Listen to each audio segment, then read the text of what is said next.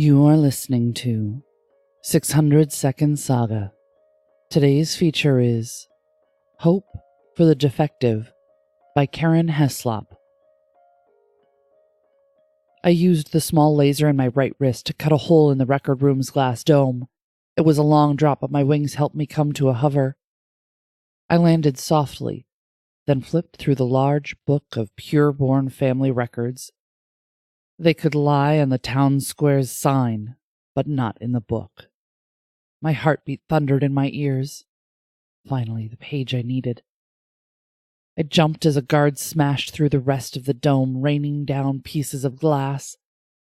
How had he found me so quickly? Had my electronic surveillance disruptor glitched again? The shards plinked to the ground in almost slow motion. The rest slapped against my outstretched leathery wings, doing little harm. The wings were my latest and hopefully final modification. My people had been uncertain about them. Mods to the spine were expensive and tricky, but I had needed them for this. If things went well, I wouldn't need them anymore. We could finally have a roof over our heads and escape invisibility bequeathed to those whose DNA still had traces of the disease. "Halt!" he shouted as he descended on thick black wires. Deck in my left palm scanned the page, sending a high-resolution image to the memory card nestled under the synthetic skin over my ribs. I dove through the window closest to me. My pant cuff snagged on a ragged piece of glass, but the weight of my falling body pulled it loose. I twisted around and locked gazes with the guard. His eyes blazed white with the heat of his visual lasers, but I was falling too quickly for him to fire. He might hit the people gathered below. Still, the debate played across his face. If they had been anyone else, he wouldn't have hesitated. The carnage could be justified. I spread my wings at the last minute, avoiding collision with the polished ebony floors of the inner courts. Men and women garbed in clothing a year of my gang's thievery couldn't buy, scattered. The guard was gone when I scanned the broken window. Fixing my eyes on the skies above me, I reached my arm to the blue expanse and my freedom. Pain cut through my shoulder before silvery rays shot past my face. I might be closer to freedom, but the guard was also free to fire. I nosedived, aiming for a group of pureborns huddled in a corner. I shimmied and turned, dodging the shots that were still coming. Changing direction at the last possible instant, I zipped through the main door. The metal walls in the narrow passage squeezed against my wings, and I landed hard. My feet squeaked across the floor for a moment before my shoes latched. Once I found my balance, my enhanced leg muscles shot me forward. Faces blurred as I sprinted toward the end of the corridor. Behind me, footsteps thudded. The guard had found company. Their speed almost matched my own. It made sense that the guards would have started to get into mods, too. I burst through the doorway, knocking over a young woman. "Apologies," I shouted over my shoulder. The outside wall was just there. I could make it. A burning pain shot through my right leg and I stumbled. For a few moments, I hopped on the uninjured leg, the wall in my sights. Come on. Come on.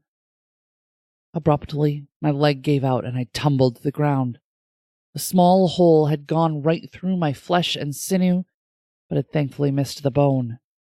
It sizzled from the cauterizing heat of the guard's laser.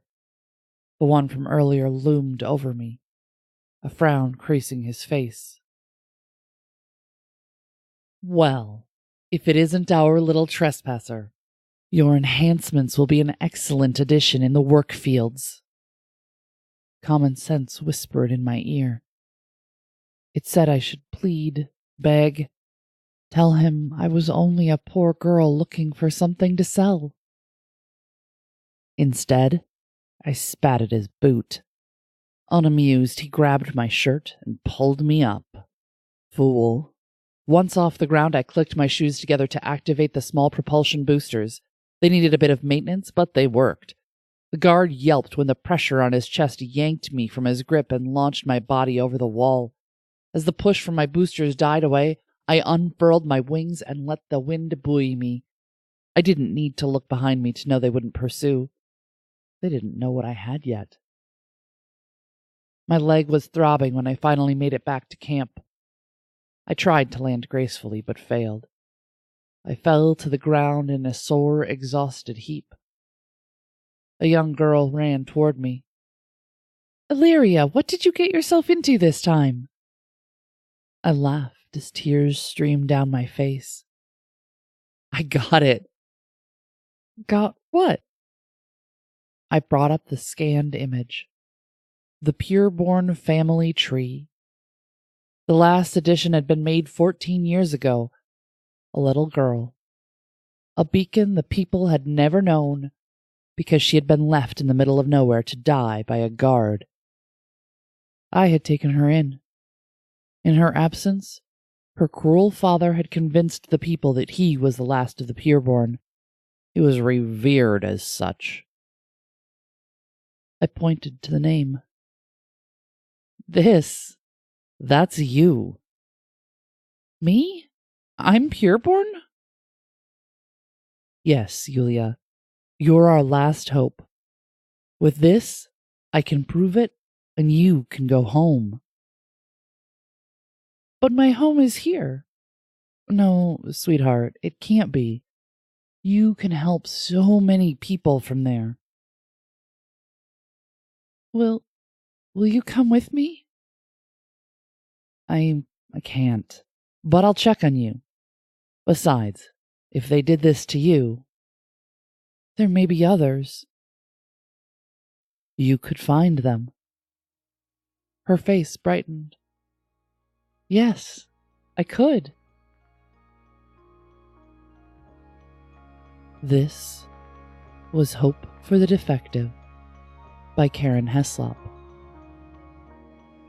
Karen Heslop writes from Kingston, Jamaica. Her stories can be found in Broadswords and Blasters, The Future Fire, and Apparition Lit Mag, among others. She tweets at @KHeslopWrites. Check our show notes for links. Music is provided by Mads. Learn more about 600 Second Saga, our authors, how to submit your flash fiction, and how to support the podcast in the show notes. This has been Mariah Avix and 600 Second Saga.